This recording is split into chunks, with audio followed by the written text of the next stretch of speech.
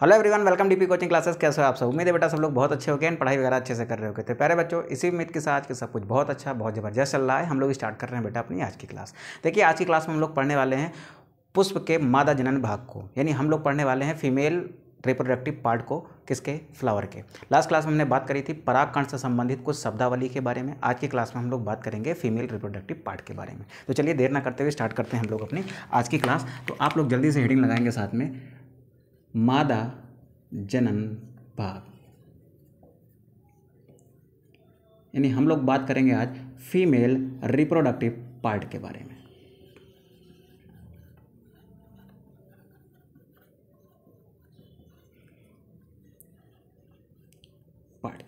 ठीक है, चलिए सबसे पहले देखते हैं कि एक पुष्प का फीमेल रिप्रोडक्टिव पार्ट क्या होता है। सबसे पहले बेटा एक पुष्प ड्रॉ करते हैं। ये हो गई हमारी एक प्यारी सी ब्रांच, इस पर लगा हुआ है ये हमारा बढ़िया सा पुष्पवृंत। पुष्पवृंत का ऐसे उठा हुआ भाग जो है ये क्या है बेटा? पुष्पासन है। तो ये कौन सा भाग है? ये हो गया हमारा पुष्पासन। कौन सा भाग है बेटा? ये है हमारा पुष्पासन। पुष्पासन के ऊपर यहाँ पर ऐसी एक संरचना है। देखो ये जो ब्लू कलर की संरचना दिख रही है, ये क्या है? एक संरचना है ऐसे।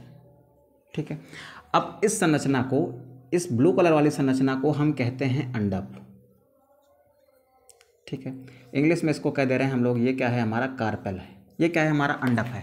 अब देखिए, पुष्प के अंदर एक अंडप हो सकता है या एक से ज़्यादा अंडप हो सकते हैं। ठीक है, एक अंडप है तब भी कोई बात नहीं, एक से ज़्यादा अंडप है तब भी कोई बात नहीं। देखो ध्यान से, अंडप का जो समूह है, अंडप का समूह क्या कहलाता है? अंडप का समूह जायांग कहलाता है। तो हो सकता है एक पुष्प के अंदर एक से ज़्यादा अंडप हो या फिर एक ही अंडप हो। तो अंडप का समूह जो है ना, वो क्या कहलाता है? समूह कहलाता है जायांग। ठीक है, और जायांग ही क्या होता है? पुष्प का मादा जनन भाग है। पुष्प का मादा जनन भाग है। ठीक है, तो अब आपसे कोई पूछे कि पुष्प के मादा जनन भाग को क्या कहते हैं, तो पुष्प का मादा जनन भाग क्या होता है? जायांग होता है। तो यहाँ पर पहली बात लिखते हैं हम लोग कि किसी पुष्प का जायांग, किसी पुष्प का जायांग पुष्प का मादा जनन भाग होता है। पुष्प का मादा जनन भाग होता है। ठीक है, जायांग किससे बना होता है? अंडपों से मिलकर बना होता है। तो जायांग क्या है? अंडप के समूह को ही आप क्या कह रहे हो? जायांग कह रहे हो। तो अंडप का समूह, अंडप का समूह जायांग कहलाता है। अंडप का समूह क्या कहलाता है बेटा? जायांग कहलाता है। ठीक है, अब इस जायांग की इकाई क्या होती है? यानी ये जायांग किससे मिलकर बना है? जायांग तो अंडप से मिलकर बना है, यानी इसकी इकाई भी क्या हो गई? इसकी इकाई हो गई हमारी अंडप। यानी अंडप क्या होती है बेटा? वो जायांग की इकाई होती है। ठीक है, अब ध्यान से सुनिए, हो सकता है ये जायांग केवल एक ही अंडप से बना हो, यानी उसमें एक ही अंडप हो, या फिर क्या हो सकता है? एक से ज़्यादा अंडप है। यानी ये जो जायांग है, पुष्प का मादा जनन भाग है, जो किससे बना होता है? जो अंडप से बना होता है। अब उस जायांग में एक अंडप हो सकता है या एक से ज़्यादा अंडप हो सकते हैं। ठीक है, वो अलग अलग बात है। ठीक है, अब चलते हैं भैया इस अंडप पर। हम बात करते हैं किसकी? हम बात करते हैं अंडप की संरचना की। हम बात करते हैं किसकी? अंडप की संरचना की। तो आप भी हेडिंग डालिए, अंडप की संरचना। ठीक है, यानी हम बात करेंगे स्ट्रक्चर ऑफ कार्पेल की।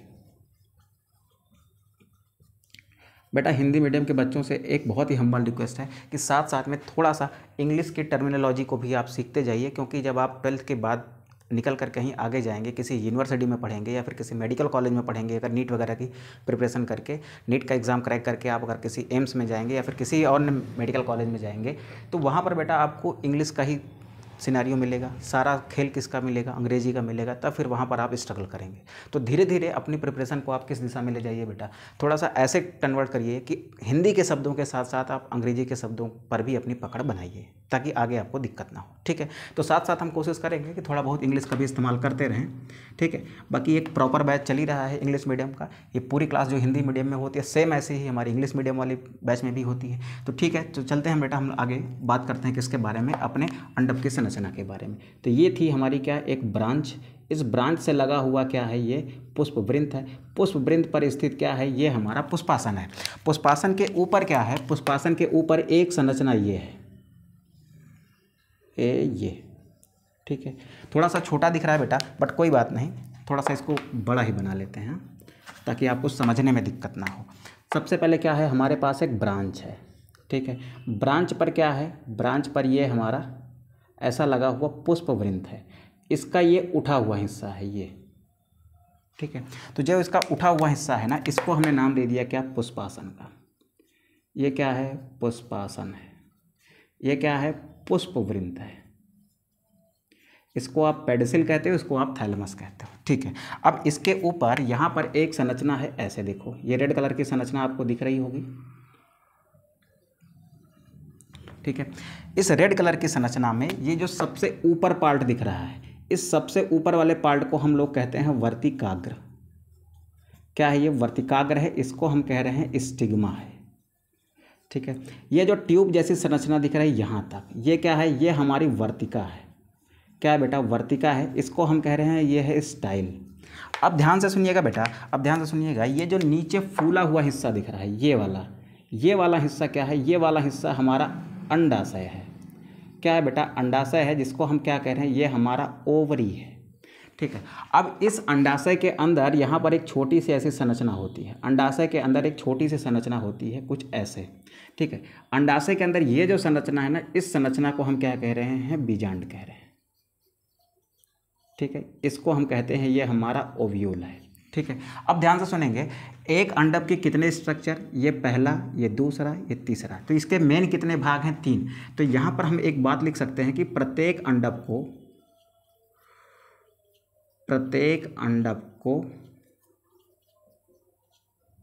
3 भागों में बांटा जा सकता है, 3 भागों में बांटा जा सकता है, ठीक है। प्रत्येक अंडक के कितने भाग हो सकते हैं बेटा, प्रत्येक अंडक के 3 भाग हो सकते हैं। इसका जो पहला भाग है वो क्या कहलाएगा, वो कहलाएगा वर्तिकाग्र, ठीक है। क्या है बेटा, ये वर्तिकाग्र है। वर्तिकाग्र को हम क्या कहते हैं, वर्तिकाग्र को हम स्टिग्मा कहते हैं, ठीक है। इसका जो दूसरा पार्ट है, इसका जो दूसरा पार्ट है, ये क्या है, इसका दूसरा पार्ट जो है वो वर्तिका है, ठीक है। इसको हम क्या कहते हैं, इसको हम कहते हैं स्टाइल, ठीक है। और इसका जो तीसरा पार्ट है ना, वो क्या है, वो हमारा अंडाशय है, वो क्या है, अंडाशय है, ठीक है। इसको हम क्या कहते हैं, ओवरी कहते हैं, ठीक है। अब इसके चलते हैं हम लोग डिटेल स्ट्रक्चर में। हम लोग किसकी डिटेल संरचना की बात करेंगे, हम लोग अंडक की डिटेल संरचना की बात करेंगे। हम लोग अंडक की डिटेल संरचना देखेंगे कि इस अंडाशय वाले भाग में भी क्या होता है, ठीक है। हम लोग बात करेंगे इसकी डिटेल संरचना की, फिर हम लोग थोड़ा सा आगे बढ़ेंगे, ठीक। तो सबसे पहले बात करते हैं बेटा किसकी, सबसे पहले बात करते हैं हम लोग इसकी डिटेल संरचना की। डिटेल संरचना में जाने से पहले थोड़ा सा ये समझना चाहिए कि वर्तिकाग्र क्या है, वर्तिका क्या है और अंडाशय क्या है। तो सबसे पहले यहाँ पर एक छोटी सी हेडिंग लगाते हैं, वर्तिकाग्र। क्या लगाते हैं बेटा, वर्तिकाग्र लगाते हैं, ठीक है, जिसको हम लोग स्टिग्मा कह रहे हैं, ठीक है। अब ध्यान से सुनेंगे बेटा, मान लीजिए ये क्या है, हमारा एक पुष्प है, ठीक है।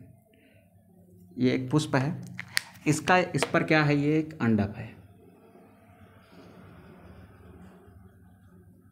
इस पर क्या है, एक अंडक है। अब ध्यान से सुनिएगा बेटा, इस अंडक के अंदर एक बीजांड है ऐसे। इस बीजांड में क्या होता है, ये जो बीजांड है, इस बीजांड में होता है मादा युग्मक। क्या होता है बेटा, मादा युग्मक होता है। और यही बीजांड जो है ना, ये निषेचन के बाद, कब बेटा, निषेचन के बाद, यानी जब नर युग्मक और मादा युग्मक का संलयन हो जाएगा उसके बाद, यानी निषेचन के बाद, ये बीजांड निषेचन के बाद क्या बनाता है, ये करता है बेटा बीज का निर्माण। किसका निर्माण करता है बेटा, ये करता है बीज का निर्माण, ठीक है। अब ध्यान से सुनेंगे, यहाँ पर ऐसे एक बगल में मान लीजिए क्या है, ये एक पुंकेसर है। अब ध्यान से सुनेंगे बेटा, यहाँ से क्या निकल रहा है, यहाँ से निकल रहा है एक पराग कण। ये क्या है आपका, एक पराग कण है, ये एक पराग कण है। अब ये परागकण यहाँ से निकल कर कहाँ जाएगा, ये यहाँ से निकल कर कहाँ जाएगा, इस वर्तिकाग्र पर जाएगा। देखो ये वाला हिस्सा क्या है, ये वाला हिस्सा वर्तिकाग्र है। तो ये कहाँ पहुँचा, ये पहुँचा आपके वर्तिकाग्र पर, ये पहुँच गया कहाँ पर, वर्तिकाग्र पर। ठीक है, अब वर्तिकाग्र पर पहुँच गया तो देखो ध्यान से, ये रेड वाला पार्ट पूरा क्या है, ये रेड वाला पार्ट पूरा अंडप है। अंडप का वो कौन सा भाग है जिस पर परागकण परागण की प्रक्रिया के बाद पहुंचता है। ये परागकण यहाँ से निकल, परागकोश से निकलकर यहाँ पहुंच रहा है ना, इस प्रक्रिया को हम कहते हैं बेटा परागण, पॉलिनेशन। ठीक है, तो परागण की प्रक्रिया के बाद परागकण वर्तिका के जिस भाग पर पहुंचता है उस भाग को क्या कहा जाता है, वर्तिकाग्र कहा जाता है। ठीक है, ये अंडप है बेटा, ये अंडप है। ध्यान से सुनिएगा, परागकण परागण की प्रक्रिया के बाद अंडप के जिस भाग पर पहुंचता है उसे हम क्या कहते हैं, वर्तिकाग्र कहते हैं। तो लिखते हैं बेटा यहाँ पर, परागण की प्रक्रिया के पश्चात, परागण की प्रक्रिया में, परागण की प्रक्रिया में परागकण अंडप के जिस भाग पर पहुंचता है, अंडप के जिस भाग पर पहुंचता है, जिस भाग पर पहुंचता है उसे क्या कहा जाता है बेटा, उसे वर्तिकाग्र कहा जाता है, उसे वर्तिकाग्र कहा जाता है। ठीक है, अब ध्यान से सुनेंगे बेटा। अब मान लो परागकण तो यहाँ पहुँच गया, परागकण यहाँ पहुँचने के बाद क्या करता है, परागकण का अंकुरण होता है, यानी परागकण के अंदर से एक नली बाहर आती है, यानी जिसे हम पराग नली कहते हैं। तो याद रखिएगा बेटा, जब ये यहाँ पहुँचेगा तो इसके अंदर से एक नली ऐसे बाहर आएगी जो इससे होते हुए कहाँ बढ़ती है, इससे होते हुए वो बीजांड की तरफ बढ़ती है। ठीक है, तो यहाँ पर क्या लिखते हैं, दूसरा पॉइंट क्या है हमारा, वर्तिका। तो वर्तिका क्या है, वर्तिका वो भाग है जिससे होते हुए पराग नली जो है वो अंडाशय से होते हुए कहाँ पहुँचती है, बीजांड में। ठीक है, तो यहाँ पर लिखते हैं वर्तिका, वर्तिका जिसे हम स्टाइल कह रहे हैं। ठीक है, तो क्या लिखेंगे, ये वो हिस्सा है ना, ये वो नली वाला हिस्सा है। ठीक है, देखो ये क्या है, ये एक ट्यूबुलर स्ट्रक्चर है, यानी ये एक नली नुमा संरचना है जिससे होते हुए ये ब्लू कलर की पराग नली किधर बढ़ती है, बीजांड की ओर बढ़ती है। तो ठीक है, तो वर्तिका क्या है, वर्तिका क्या है बेटा, लिखते हैं परागकण के अंकुरण के बाद, परागकण के अंकुरण के बाद, अंकुरण के बाद बनने वाली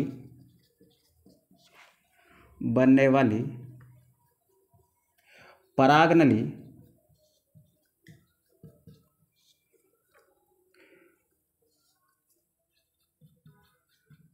वर्तिकाग्र से आगे जिस खोखली नली से होते हुए अंडाशय वाले भाग में प्रवेश करती है, अंडाशय वाले भाग में प्रवेश करती है, भाग में प्रवेश करती है, उसे वर्तिका कहा जाता है।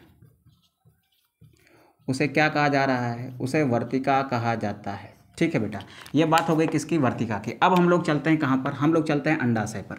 ये जो फूला हुआ नीचे का भाग दिख रहा है ना, ये वाला, ये इतना हिस्सा क्या है, ये इतना हिस्सा अंडाशय का है। तो अंडाशय क्या है भैया, अंडाशय वो भाग है जिसमें क्या होता है, बीजांड होता है। ठीक है, जो मादा युग्मक को धारण करता है, और अंडाशय ही वो भाग है जो निषेचन के बाद, जैसे ये बीजांड निषेचन के बाद बीज का निर्माण करता है, सेम उसी तरीके से अंडाशय जो है वो निषेचन के बाद फल का निर्माण करता है। निषेचन के बाद किसका निर्माण करेगा बेटा, वो निषेचन के बाद फल का निर्माण करता है। किसका निर्माण करेगा बच्चों, फल का निर्माण करेगा। तो यहाँ पर क्या लिखेंगे, अंडाशय क्या होता है, तो क्या लिखेंगे, अंडाशय यानी ये हमारा ओवरी क्या है। चलो देखते हैं बेटा, ओवरी क्या है, किसी अंडप का नीचे यानी आधारी फूला हुआ हिस्सा जिसमें बीजांड पाया जाता है और जो निषेचन के बाद फल का निर्माण करता है उसे हम क्या कहते हैं, अंडाशय कहते हैं। किसी अंडप का आधारी भाग पर स्थित वह फूला हुआ भाग जो निषेचन के बाद फल का निर्माण करता है और जिसमें बीजांड होता है उसे हम क्या कहते हैं, अंडाशय कहते हैं। तो क्या लिखेंगे, किसी अंडप का किसी अंडक का वह निचला फूला हुआ आधारीय भाग, निचला फूला हुआ आधारीय भाग, फूला हुआ आधारीय भाग जो निषेचन के बाद फल का निर्माण करता है, फल का निर्माण करता है, तथा जिसमें क्या पाया जाता है बेटा, जिसमें बीजांड उपस्थित होता है। अब बीजांड क्या है अभी थोड़ी देर में देखते हैं। जिसमें बीजांड उपस्थित होता है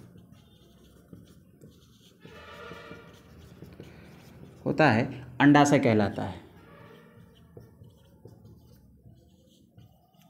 क्या कहलाता है भैया? वो अंडाशय कहलाता है। ठीक है, अब ध्यान से सुनेंगे भैया, अब ध्यान से सुनेंगे। हम क्या कहना चाह रहे हैं?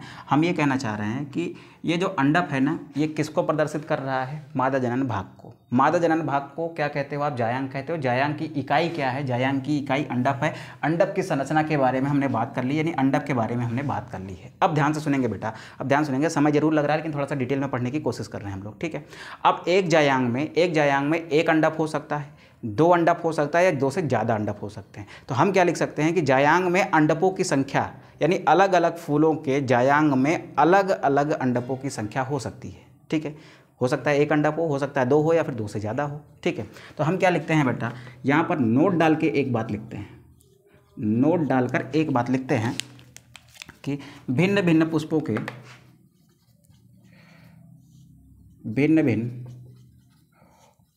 के जायांग में अंडपों की संख्या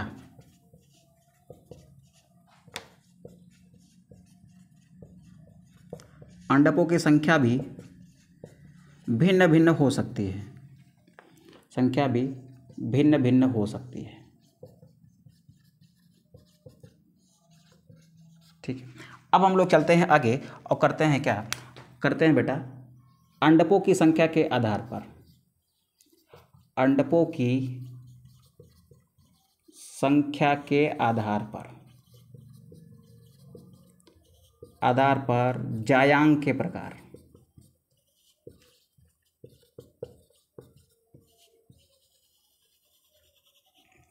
अंडपों की संख्या के आधार पर जायांग के प्रकार। ठीक है, ये बात करेंगे हम बेटा किसके बारे में? अभी अंडप के संख्या के आधार पर जायांग के प्रकार देखेंगे। तो आप फटाक से इसका स्क्रीनशॉट करें, देन वहाँ रफ करके बेटा ये टॉपिक हम वहाँ से शुरू करते हैं। ठीक है, आप करिए बेटा फटाक से स्क्रीनशॉट, देन आगे बढ़ जाते हैं। चलो बेटा आगे बढ़ते हैं। अभी थोड़ा सा नीचे जगह खाली दिख रही है, इसमें थोड़ा सा नाम लिख लेते हैं, फिर वहाँ पर नीचे डिस्क्रिप्शन लिख लेंगे। ठीक है, तो यहाँ पर हमने लिखा बेटा जायांग। ठीक है, अंडप की संख्या के आधार पर कैसा हो सकता है? ये एक अंडप ही हो सकता है, यानी पूरे जायांग में क्या हो? केवल एक ही अंडप हो। ठीक है, एक अंडप ही हो सकता है, द्विअंडपी हो सकता है, यानी एक जायांग में कितने अंडप हों? दो अंडप हों। और तीसरा बेटा क्या लिख सकते हैं? तीसरा लिख सकते हैं यहाँ पर ये बहुअंडपी। ठीक है, आइए इन सभी को एग्जाम्पल के साथ बढ़िया सा देखते हैं। ठीक है, सबसे पहले लिखते हैं बेटा यहाँ पर इस वाले हिस्से को हम क्या करते हैं? रफ करते हैं। एक चीज़ आप याद रखेंगे, देखो अभी मैंने क्या कहा कि ये जो बीजांड है, बीजांड है कहाँ पर? अंडाशय के अंदर। ये आगे जाके निषेचन के बाद क्या बनाने वाला है? बीज बनाने वाला है। और अंडाशय से क्या बनने वाला है? निषेचन के बाद फल बनेगा। तो यानी जो बीजांड है वो आगे जाके बीज बनाएगा। अगर इस अंडाशय के अंदर 5 बीजांड होते तो बीजों की संख्या भी कितनी होती? 5 होती। यानी जितने बीजांड होंगे उतने ही क्या होंगे? बीज होंगे। हर बीजांड एक बीज बनाएगा, तो अगर इसमें 50 बीजांड हैं तो बीजों की संख्या भी कितनी होगी? 50 होगी। ठीक है, तो चलो आगे बढ़ते हैं बेटा। ये वाला हिस्सा हम क्या करते हैं? रफ करते हैं, फिर आगे बढ़ते हैं। हाँ चलो, जैसे जैसे ज़रूरत पड़ेगी मिटाते जाएंगे, और उम्मीद यही कर रहे हैं कि साथ साथ में आप भी नोट्स बनाते जा रहे होंगे। ठीक है, और प्लीज़ बेटा अगर क्लासेस अच्छी लग रही हों तो प्लीज़ वीडियो को लाइक करिएगा और अपने दोस्तों के साथ शेयर जरूर करिएगा। ठीक है, इतना करिए, इतने से मोटिवेशन मिलता रहेगा और हम आपके लिए ऐसे ही मेहनत करते रहेंगे। ठीक है, चलिए आगे बढ़ते हैं। सबसे पहले क्या लिखते हैं बेटा? सबसे पहले लिखते हैं एक अंडपी। एक अंडपी, इसको हम कहते हैं बेटा मोनोकार्पेलरी। मोनोकार्पेलरी। ठीक है, जब जायांग में अंडप की संख्या क्या हो, केवल एक हो। जब जायांग जो है केवल एक अंडप का बना हो तो ऐसे जायांग को क्या कहेंगे, एक अंडपी। तो क्या लिखेंगे, जब जायांग केवल एक अंडप का बना हो, केवल एक अंडप का बना हो तो ऐसे जायांग को एक अंडपी कहा जाता है। तो ऐसे जायांग को एक अंडपी कहा जाता है।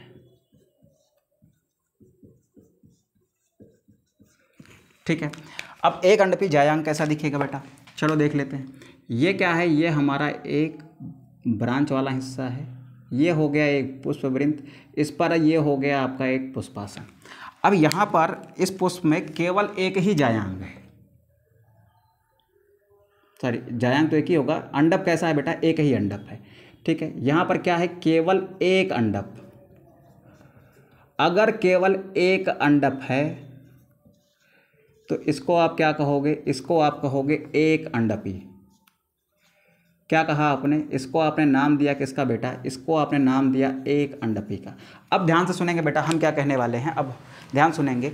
ये एक अंडपी तो है, यानी इसमें क्या है बेटा, एक ही अंडप है, लेकिन हो सकता है इसमें बीजांड की संख्या क्या हो, एक हो, या फिर बीजांड की संख्या क्या हो, एक से ज़्यादा हो। एक अंडप है और एक ही बीजांड है। ठीक है, और यहाँ पर क्या है बेटा, एक से अधिक बीजांड है। दो बातें हो सकती है, अंडप तो एक ही है लेकिन बीजांड क्या है, एक से अधिक हैं। ठीक है, तो जब बेटा यहाँ पर ये अंडाशय जब फल बनेगा ना, तो अगर उसमें एक बीजांड है, ये अंडाशय, ये जो आपको अंडाशय दिख रहा है, ये वाला हिस्सा, ये जो आपको अंडाशय दिख रहा है, निषेचन के बाद जब ये क्या बनेगा, फल बनेगा। तो अगर इसमें एक बीजांड है तो बीजों की संख्या कितनी होगी, एक होगी। तो क्या होगी, इसमें एक बीज होगा। एक बीजांड है तो एक बीज बनेगा। ठीक है, एक से ज़्यादा बीजांड हैं तो क्या होंगे बेटा, एक से ज़्यादा बीज बनेंगे।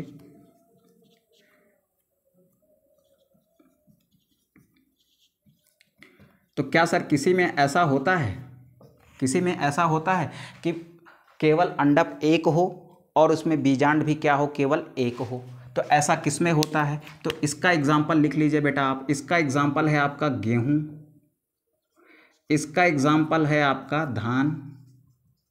ठीक है, इन सब में क्या है, इन सब में क्या है कि एक अंडप होगा और एक अंडप के अंदर केवल एक ही बीजांड होगा, जिसके कारण उसमें क्या बनेगा, एक ही बीज बनेगा। ठीक है, अब चलते हैं हम लोग कहाँ पर, दूसरे वाली कंडीशन पर। दूसरी कंडीशन ये है कि बीजांड तो एक ही है, सॉरी यहाँ पर अंडाशय तो एक ही है, लेकिन उसमें बीजांड की संख्या ज़्यादा है, एक से ज़्यादा है। तो यानी बीज भी क्या होंगे, एक से ज़्यादा बनेंगे, क्योंकि हमें पता है कि जितने बीजांड होते हैं ना, उतने ही क्या बनते हैं, बीज बनते हैं। तो एक से अधिक बीजांड हैं तो बीज भी क्या होंगे, एक से ज़्यादा बनेंगे। ऐसा एग्जाम्पल किस में है, ऐसा एग्जाम्पल आप मटर में देख सकते हो, यानी आप पी में देख सकते हो। ठीक है, ये क्या है बेटा, उदाहरण किसका, इसका उदाहरण है मटर। ठीक है, अब चलते हैं हम लोग आगे और चलते हैं द्विअंडपी में। हम लोग बात करते हैं किसकी, हम लोग बात करते हैं द्विअंडपी की। ठीक है, तो क्या लिखेंगे, ऐसा जायांग, ऐसा जायांग जिसमें अंडप की संख्या क्या हो, 2 हो। ऐसा जायांग जिसमें अंडप की संख्या 2 हो, उसे द्विअंडपी कहा जाता है। उसे द्विअंडपी कहा जाता है। ठीक है, चलिए बना लेते हैं बढ़िया सा। एक कंडीशन ये है बेटा, एक कंडीशन यहाँ पर और बना के रख लेते हैं। ठीक है, यानी अंडप की संख्या कितनी होनी चाहिए, 2 होनी चाहिए। अच्छा ये बताइए, जब अंडप की संख्या 2 है, ठीक है, यहाँ पर कितने अंडप हैं, 2 अंडप हैं। तो 2 अंडप हैं तो यहाँ पर 2 कंडीशन हो सकती है, या तो ये अंडप आपस में जुड़े हुए हों, या तो एक दूसरे से क्या हो, फ्री हों। तो यहाँ पर क्या कंडीशन हो सकती है बेटा, यहाँ पर 2 कंडीशन हो सकती है। इसको थोड़ा सा रफ कर लेते हैं बेटा। यहाँ पर कितनी कंडीशन हो सकती है, 2 कंडीशन हो सकती है। या तो ये क्या हो, आपस में जुड़े हुए हों, ठीक है, और या फिर क्या हो, एक दूसरे से अलग हों, या फिर एक दूसरे से क्या हों, स्वतंत्र हों, यानी एक दूसरे से अलग हों। चलो स्वतंत्र की जगह पर अलग लिख लो, या तो जुड़े हुए हो सकते हैं या क्या हैं, एक दूसरे से अलग हैं। ठीक है, जुड़े हुए हैं तो उनको कहा जाता है बेटा युक्ता अंडपी। क्या कहते हो उसको, उसको आप कहते हो युक्ता अंडपी। अगर अलग अलग हैं तो उनको कहते हो आप वियुक्ता अंडपी, वियुक्ता अंडपी। ठीक है, युक्ता अंडपी के लिए हम लोग इस्तेमाल करते हैं शब्द सिनकार्पस, सिनकार्पस, और वियुक्ता अंडपी के लिए इस्तेमाल करते हैं एपोकार्पस। ठीक है, एपोकार्पस का मतलब है कि अलग अलग हैं, सिनकार्पस का मतलब है कि साथ साथ हैं। तो अब देखो यहाँ पर मैं बनाता हूँ यहाँ पर एक सिनकार्पस कंडीशन, एक एपोकार्पस। इसको बनाते हैं सिनकार्पस, इसको बनाते हैं एपोकार्पस। सिनकार्पस में क्या होगा, जुड़े होंगे, एपोकार्पस में क्या होंगे, अलग होंगे। ठीक है, चलिए देखते हैं। यहाँ पर आप बना रहे हैं ऐसे दो अंडक, सिनकार्पस हैं तो ऐसे क्या होंगे, आपस में जुड़े होंगे। देखो यहाँ पर दो अंडक हैं लेकिन आपस में जुड़े हुए हैं। ठीक है, तो ये क्या है, ये आपके युक्ता अंडपी हैं। ठीक है, यहाँ पर देखिए, यहाँ पर क्या कर रहे हैं आप, ऐसे दो अंडक बना रहे हैं और ये दोनों एक दूसरे से क्या हैं, देखो बेटा स्वतंत्र हैं। ये अलग है, ये अलग है, यानी ये क्या है, ये आपका वियुक्ता अंडपी है, वियुक्ता अंडपी है। ठीक है, युक्ता अंडपी का एक उदाहरण बता दीजिए सर, इसका उदाहरण, और एक उदाहरण इसका बता दीजिए। इसका उदाहरण बेटा आप टोमेटो लिख लीजिए, यानी टमाटर। ठीक है, वियुक्ता अंडपी का एग्जाम्पल आप लिख लीजिए बेटा रोजेसी कुल के पौधे। क्या है ये रोजेसी कुल है, रोजेसी कुल, जिसमें क्या आता है आपका रोज वगैरह आता है। ठीक है, देखो आपको पता है ना कि एंजियोस्पर्म पौधे जो होते हैं उनको अलग अलग फैमिली में बांटा गया है, और फैमिली के नाम के लास्ट में एसी आता है, आपको ये मालूम है। ठीक है, अब देखो बेटा वियुक्ता अंडपी का एग्जाम्पल हो गया रोजेसी कुल के पौधे, युक्ता अंडपी का एग्जाम्पल क्या हो गया, युक्ता अंडपी का एग्जाम्पल हो गया आपका टोमेटो। तो ये बात हो गई किसकी, द्विअंडपी की। अब हम लोग चलते हैं लास्ट वाले में, यानी बहुअंडपी पर। बहुअंडपी बनाने के लिए इस वाले हिस्से को रफ करना पड़ेगा। आप साथ साथ ही इस वाले हिस्से को लिखते भी जाइए, अगर करना है स्क्रीनशॉट कर लीजिए पूरे का। इसको हम रफ करने चल रहे हैं, यहाँ पर ऐसे इस वाले भाग को रफ करते हैं। सॉरी, यहाँ से ज़्यादा रफ हो गया, इसको लिख लेना, एक से अधिक बीजांड, एक से अधिक बीजांड। ठीक है, ये इसमें का पार्ट था बेटा। ठीक, चलो ये वाला हिस्सा रफ कर लेते हैं, और इस वाले हिस्से में हम लोग बनाते हैं अपनी कंडीशन बहुअंडपी की। ये चलिए, प्लीज़ बेटा अगर क्लास अच्छी लग रही हो ना तो प्लीज़ अपने दोस्तों के साथ शेयर जरूर करना यार। ठीक है, इतना तो आप सपोर्ट करिए ही। ठीक है, अब चलते हैं बेटा हम लोग कहाँ पर, थर्ड वाले में। थर्ड क्या है हमारा, थर्ड है हमारा बहुअंडपी। बहु का मतलब है बेटा क्या, ज़्यादा, यानी दो से ज़्यादा, बहुअंडपी। इसको आप कहते हो बेटा मल्टी कार्पेलरी। मल्टी कार्पेलरी क्या होता है, ऐसा जायांग जिसमें अंडप की संख्या क्या होती है, दो से ज़्यादा होती है, उन्हें हम क्या कहते हैं, बहुअंडपी कहते हैं। तो यहाँ लिखते हैं ऐसा जायांग जिनमें अंडप की संख्या दो से अधिक होती है, दो से अधिक होती है, उन्हें बहुअंडपी कहा जाता है, उन्हें बहुअंडपी कहा जाता है। ठीक है, बहुअंडपी की क्या कंडीशन है, जैसे वहां पर अगर एक से ज़्यादा है, ठीक है, यानी किससे ज़्यादा है बेटा, बहुअंडपी है तो क्या है, दो से अधिक है ना, दो से अधिक अंडप है। अगर दो से अधिक अंडप हैं तो यहाँ पर भी कितनी कंडीशन है, दो कंडीशन है, कि वो एक दूसरे से क्या हों, फ्री हों, या फिर एक दूसरे से क्या हो, फ्यूज्ड हों, यानी जुड़े हुए हों। एक दूसरे से अलग हैं या फिर एक दूसरे से क्या है, जुड़े हुए हैं, यानी क्या है, संयुक्त हैं। ठीक है। अगर एक दूसरे से अलग होते हैं तब उस कंडीशन को आप क्या कहते हो, वियुक्त अंडपी। एक दूसरे से अलग हैं तो वो क्या हैं, वो हैं आपके वियुक्ता अंडपी। ठीक है। एक दूसरे से जुड़े हुए हैं तो क्या है, वो युक्ता अंडपी है। ठीक है। वियुक्त अंडपी का एग्जाम्पल कैसे होगा, वियुक्त अंडपी में क्या होगा कि ये क्या होंगे, ऐसे अलग अलग अंडप दिखाई दे रहे होंगे, कहाँ पर, आपके इस थैलमस पर, यानी इस पुष्पासन पर अलग अलग तरीके से क्या होंगे, अलग अलग अरेंज होंगे। क्या, जैसे देखो यहाँ पर ये आपका पुष्पासन हो गया, तो यहाँ पर इस तरीके से क्या है, अलग अलग अंडप हैं। देखो ये अंडप कैसे हैं, एक दूसरे से अलग हैं। यहाँ पर देखो अगर युक्त अंडपी वाली कंडीशन है तो ये आपका पुष्पासन है, इस पर क्या होंगे, इस पर आपके ऐसे,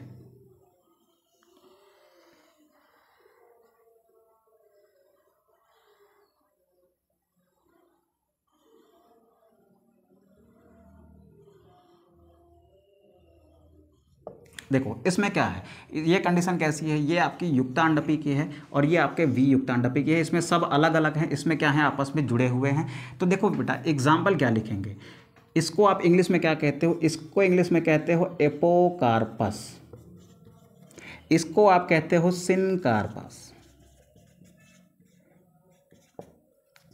ठीक है। इस कंडीशन का एग्जाम्पल जो है ना वो है आपका माइसेलिया। क्या है, माइसेलिया। हिंदी में भी क्या लिख लीजिए आप, इसको माइसेलिया ही लिख लीजिए। ये हो गया माइसेलिया। इसका एग्जाम्पल क्या लिखेंगे आप, इसका एग्जाम्पल लिखेंगे बेटा आप पेपावर। ठीक है, इसको आप पेपावर कह दीजिए, इसी को आप पॉपी प्लांट भी कह सकते हो। ठीक है।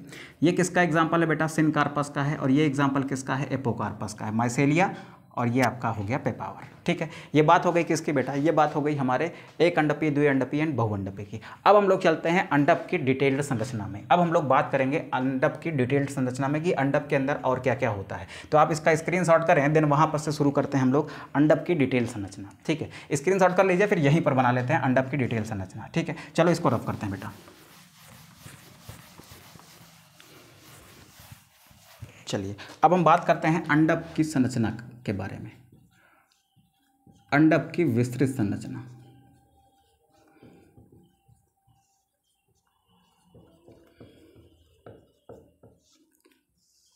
ठीक है, ये क्या है बेटा, ये हमारा एक पुष्पासन है ऐसे। चलो इस पर क्या रखा हुआ है, ऐसे एक अंडप रखा हुआ है। ठीक है, इस अंडप के ये ऊपर वाले हिस्से पर क्या है, ये वर्तिकाग्र है। ठीक है, हमें बात किसकी करनी है, हमें बात करनी है अंडप की डिटेल संरचना की। यानी हम अंडप की डिटेल संरचना में भी जब जाएंगे ना तो हम इस फूले हुए भाग की बात करेंगे, जिसका नाम क्या है, जिसका नाम है अंडाशय। अंडाशय आगे जाके क्या बनाएगा, अंडाशय निषेचन के बाद बनाता है भैया फल। ये कब बनेगा, ये बनेगा निषेचन के बाद। कब बनेगा, निषेचन के बाद। ठीक है, अब ध्यान से सुनिएगा बेटा, अब ध्यान से सुनिएगा। इस अंडाशय के अंदर, इस अंडाशय के अंदर क्या होते हैं, छोटे छोटे से चैम्बर होते हैं। चैम्बर हो भी सकते हैं, नहीं भी हो सकते हैं। अगर नहीं है तो ये पूरा एक चैम्बर मान लिया जाएगा। ठीक है, अगर इसके अंदर ऐसे डिवीजन पड़ जाए, ऐसे क्या पड़ जाए, डिवीजन पड़ जाए, ऐसे बंटवारा हो गया। देखो अब इस अंडाशय के अंदर क्या नजर आ रहे हैं आपको, चैम्बर नजर आ रहे हैं। तो इस अंडाशय के अंदर ये जो चैम्बर है ना, इस चैम्बर को कहते हैं कोस्ट। क्या कहेंगे बेटा इसको, इस चैम्बर को कहेंगे कोस्ट। इंग्लिश में इसको हम कहेंगे लोक्यूल। क्या कहेंगे बेटा, लोक्यूल कहेंगे। ठीक है, यानी अंडाशय के अंदर, अंडाशय के जो चैम्बर्स होते हैं ना, उनको हम क्या कहते हैं, लोक्यूल कहते हैं। ठीक है, अब ध्यान से सुनिएगा बेटा, ये एक लोक्यूल है, ये दूसरा है, ये तीसरा है, ये चौथा है। यानी ये एक कोस्ट है, ये दूसरा है, ये तीसरा है, ये चौथा है। हर कोस्ट में नीचे की तरफ यहाँ पर एक विशेष प्रकार का ऊतक है। देखो हर कोस्ट में क्या है, यहाँ पर एक विशेष प्रकार का ऐसे ऊतक है। इस ऊतक को हम लोग कहते हैं बीजांड-सन। क्या कहेंगे इसको, इसको हम कहेंगे बीजांड-सन। ठीक है, बीजांड-सन क्या होता है, वह ऊतक जिस पर बीजांड का विकास होता है, जिस पर बीजांड का विकास होता है उसे बीजांड-सन कहा जाता है।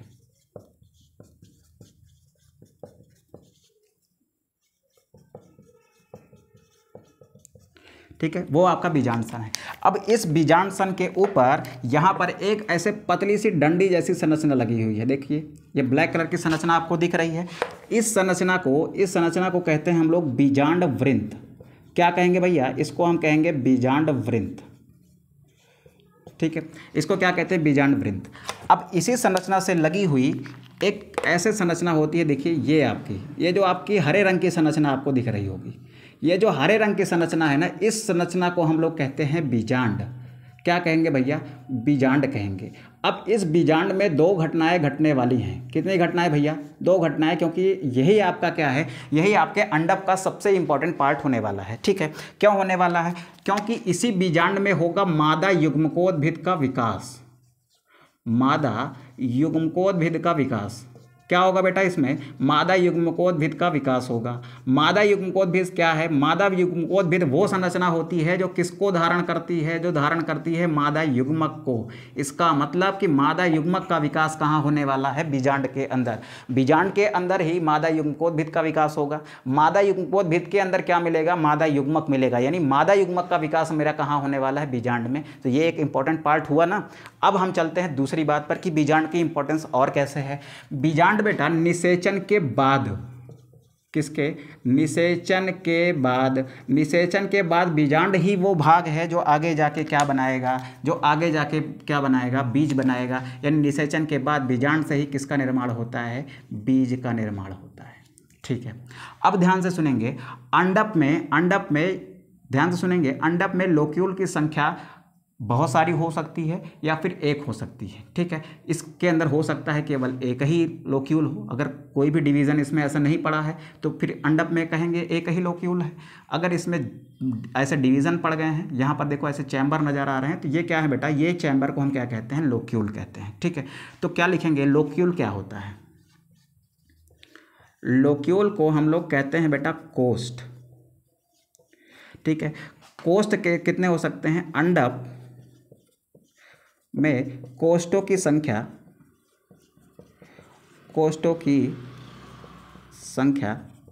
अलग अलग हो सकती है।